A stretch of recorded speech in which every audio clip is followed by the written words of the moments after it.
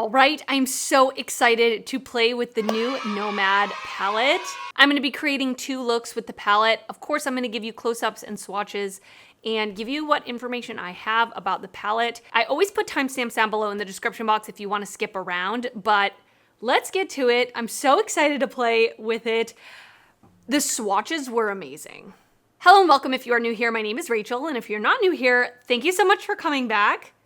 We have a new release from NOMAD. It is the New Zealand Stargazing palette. So let's start off with the actual palette itself. So it has a beautiful scape of the night sky. And honestly, I didn't see this theme coming. I thought it was gonna be like something having to do with space. Like Angelica Nyqvist talked about the Milky Way, and I was like, yes, that makes sense. But apparently New Zealand is a place where it's really beautiful to stare at the sky. I had no idea about that. But anyway, my point is I didn't really see this coming. The actual outer carton looks also pretty similar to this, but it does have more of like the horizon on the bottom. And then on the inside, we have this beautiful color story.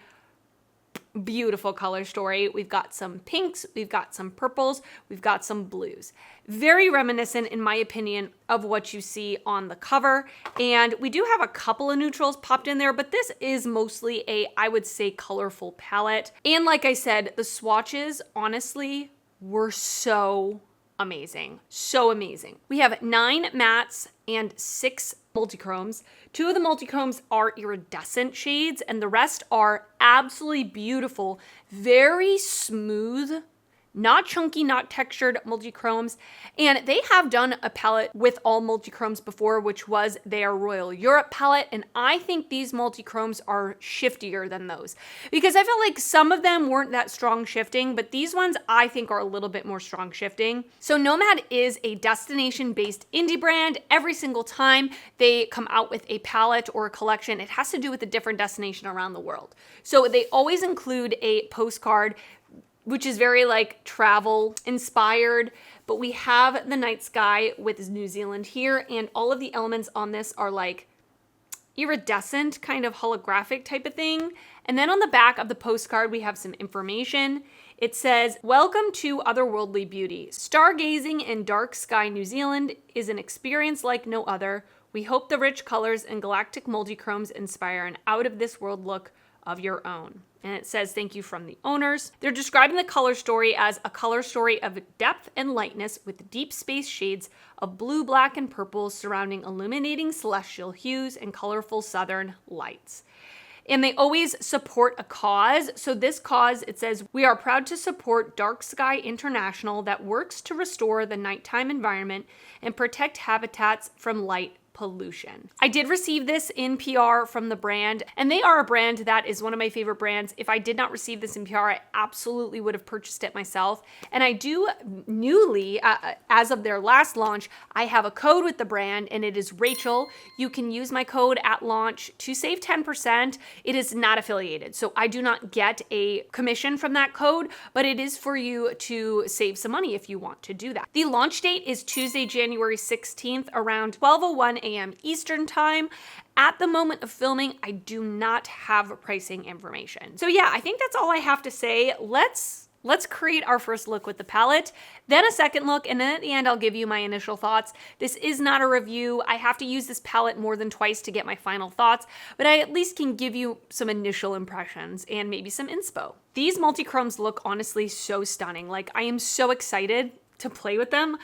I think I want to do something a little bit lighter and brighter today, and then tomorrow I'll do something a little smokier. You know, that's usually my MO, right? I gotta do one quote neutral leaning look, which I don't know how much of a neutral look I can get out of this, but I want to do something that's a little bit lighter and brighter. So I'm gonna start off with the shade Queenstown Skyline right here. It's kind of like beigey color. I don't know how much it's gonna show up on my eyes, but that's what I'm here for today, is to try it out. I have already primed my eyes with the Urban Decay Primer Potion.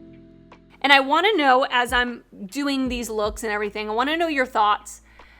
Did you guess that this was going to be the destination? Are you excited? Are you going to plan to pick up the palette? Are you skipping on it? Let me know your thoughts.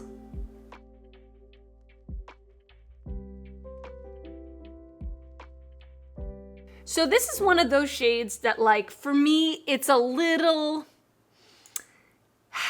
I can't get much use out of it is what I'm trying to say, because it's super light, almost the same shade as my skin tone, so it's not really a transition shade for me, and it's also not a highlight shade for me. So if you are very fair, this might be a good transition shade. If you are deeper, you might use it as a highlight, but for me, as you can see, I mean, there is a little bit of color there, but for the most part, it's pretty close to my skin tone. I'm gonna use the same brush, and I'm gonna now go into Southern Lights, this like pinky mauvey color, and just place that a little bit lower in the crease. Now I will say these mattes, they swatched incredibly, like very, very, very pigmented. So if you like a pigmented matte, I have a feeling this is gonna be a good palette for you. Of course, I have to use them on my eyes before I really speak to that, but just from touching them, they felt very pigmented. I didn't have to, like, I could go one swipe and get a full pigment swatch, which sometimes I can't do that with every single matte I do with every single brand. So this is much more of a transition shade, and now that I've layered it with that first beige shade, I can see a little bit of a different gradient here, so that's nice. Next, I'm gonna go in with the shade Auckland Stardome, which is a little bit even deeper of a pinky mauve, and just place that a little bit lower in the crease as well as in my outer corner.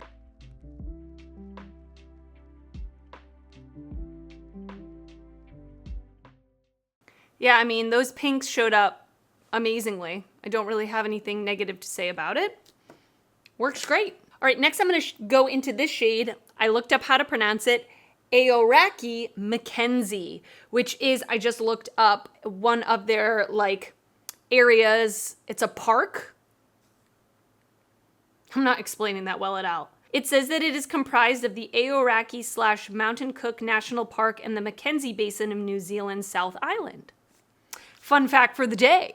All right, I'm gonna take that shade and I'm gonna place it in my outer corner. So pretty. I love pinks and purples.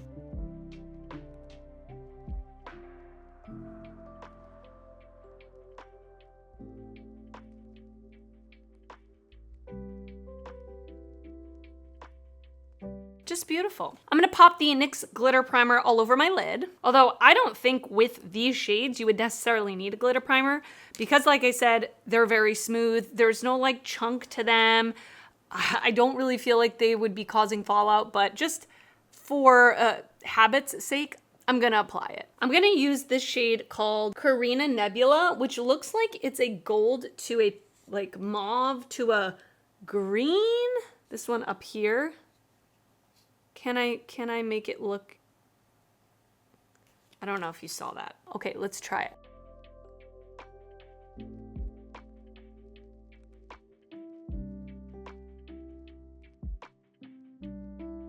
That is just beautiful. Well, I thought I was recording, but I wasn't. But thankfully I didn't get too far. All the other makeup that I have on my face in both looks, I will link down below in the description box. And now I'm just going in with a flat definer brush into this shade, Aoraki Mackenzie. I already forgot how to pronounce it. And I'm just pushing that up against my lower lash line. I'm gonna take a pencil brush. I'm gonna go into the shade Auckland Stardome and blend that out. And then I'm gonna go in with the shade Southern Lights and just blend that out.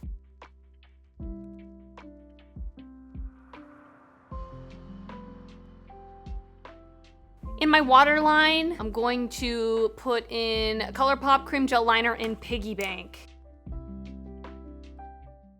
For my inner corner, I'm gonna use one of the iridescent shades, Aurora Australis. A few moments later. Aurora Australis. Aurora Australis. Aurora Australis, right here. This iridescent shade that shifts to pink in my inner corner. I'm gonna go without spraying it first. Let's see how that is. Oh, so pretty. Beautiful. All right, let me go off camera. I'm gonna finish up the rest of my makeup and come back to show you the final look. And this is the finished look number 1. What do you think? I love how I said I'm doing a light, bright, neutral leaning look. And this is what we ended up with. But listen, I'm not complaining. I think this looks beautiful. I feel like the night sky. I really love how this came out. Absolutely love how this came out. I feel so pretty. All the mattes performed wonderfully. I love pinks and purples, so this look I feel super comfortable in. The multi-chrome on the lid is absolutely beautiful. It does shift like golden to pink. I wish that I had like a list on their website of exactly what the shades shift to. I'm not the best person to describe shifty shades, but hopefully Millie from Bad to the Brow gets this palette and she can describe it a little bit better than me. But all I have to say is I love it. I love it. I can't wait to continue using it. Let me know your thoughts on this look, and now I'm gonna send you off to look number 2. All right, I'm gonna create a second look with the New Zealand Stargazing palette, and I guess I'm gonna play with the blues. So let me dip into, let's see, grab a brush. Let me first dip into the gray called the Cosmos here. And I'm just gonna place this through my crease. I have already primed my eyes with the Urban Decay Primer Potion. Very pigmented. Very, very pigmented. Okay, next I'm gonna go into the shade Carter Observatory right here. And I'm just gonna place this a little bit lower in the crease and on the outer corner.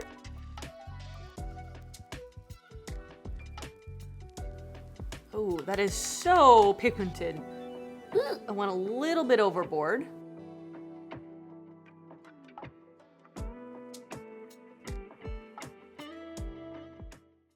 That blue is very pigmented, but easy to use. Like I didn't really have any issues blending it out. It doesn't look patchy, which can happen with blues sometimes. I think that's all I'm gonna do for mattes for now. I am gonna take the NYX glitter primer and just place it on my lid. I'm gonna take this absolutely beautiful multi-chrome called Milky Way, which is like a blue to a purple, just beautiful, and place this all over the lid.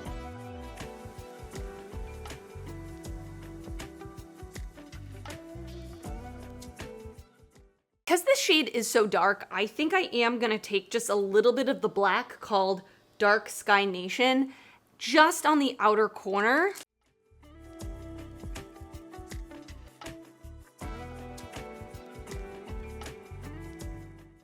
Then I'm gonna take my itty bitty little BK Beauty 208 angled brush, and I am gonna create a wing with the black matte shadow.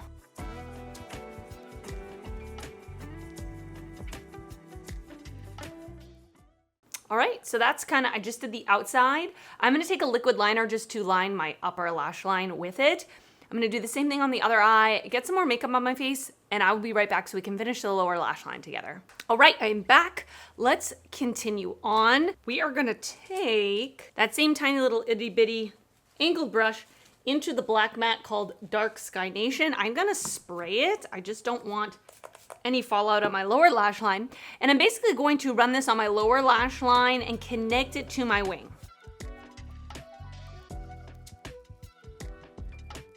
I'm gonna take a pencil brush and I'm gonna go into the shade Carter Observatory and just blend that out.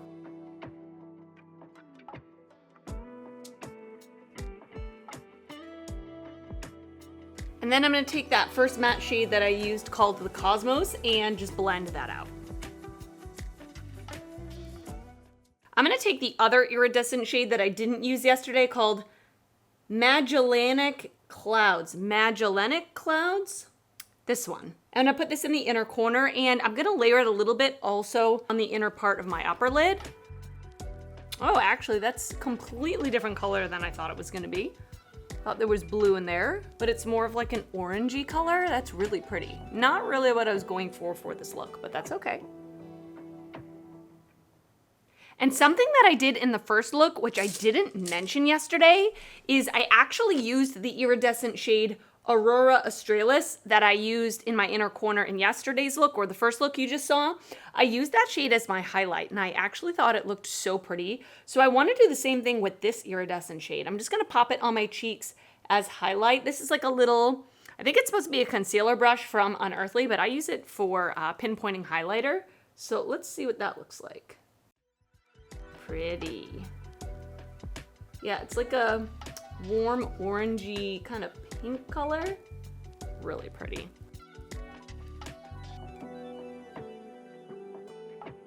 I love using iridescent eyeshadows as a highlighter because they have more of a translucent base, so they just like work well as highlighters. And for my waterline, I'm gonna pop in the Milk Makeup Infinity Longwear Eyeliner in the shade Outer Space. It's just a black liner. All right, and here is finished look number 2. What do you think? Listen, I'm always kind of a hater of blue, but this look is really nice. It is a little smoky for 10 o'clock in the morning on a Thursday, but listen, I'm feeling kind of fierce. I do really love how this came out. The mattes were really easy to use, and sometimes I'm a little fearful with blue mattes because they can be a little bit harder to work with. They can be a little scary, but I had absolutely no issues with these mattes today, and the shimmer on the lid is super pretty. I can't deny it. The look is nice, even if it is blue. So let me give you just like my initial impressions of this palette, or like give you some thoughts so that you can maybe decide if it's right for you or not. There are quite a few brands coming out with like these stargazing inspired palettes. You know, Simply Posh just came out with one. We're seeing a lot of like blue, purple, cool tone palettes. This one, I think that makes it a little different or makes it pretty unique is the multi-chromes. Like these are all multi-chromes. If you like special shades that are not thick and chunky, that aren't textured, that are smooth, and you like these colors, I think you would really enjoy this palette. Also keep in mind that the mattes are pretty pigmented. So these aren't like buildable, barely there mattes. So it's really gonna depend on your preference. I don't feel like they're so pigmented that they're hard to work with. So that's a plus for sure, but definitely there's a lot of pigment there. I do also appreciate that we have a handful of like light to mid-tone mattes. That is really important to me. And we have these 2 iridescent shades, which I think are absolutely beautiful for highlight, for the inner corner, just to mix it up a little bit. So really gorgeous palette. I also like that there is a matte black. That is always a plus for me as well. I will get use out of that. So yeah, really, really gorgeous. Really impressed with the quality, really impressed with the 2 looks that I created. Like I said, I will continue using this palette to give you some more thoughts, and I will put it in a palette ranking in the future, and that is where I give my final thoughts. So let me know. Are you excited about this palette? Is this something that you would be drawn to? Are you gonna skip on it? Let me know. I would really love to know your thoughts because I love hearing from you. And if you did enjoy this video, please give it a thumbs up. That helps me out a lot when you do that. And if you're not already subscribed to my channel, I would love it if you would consider subscribing before you leave. I do upload videos weekly, and I'd love to see you back on my channel again. I wanna thank you so much for watching, and I will see you next time. Bye.